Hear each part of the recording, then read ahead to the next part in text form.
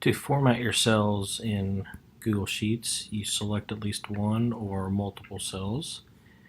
You go to Format, and then here at the top where it says Number, this will be where you can format how you want the data to look in your cell. So you can have it try to automatically guess what you're putting in there as far as like numbers or text or date.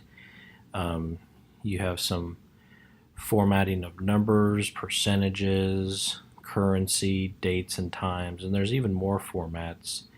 And you can also come down and customize the format of the numbers on what you want that to look like. So that's how you format cells in Google Sheets.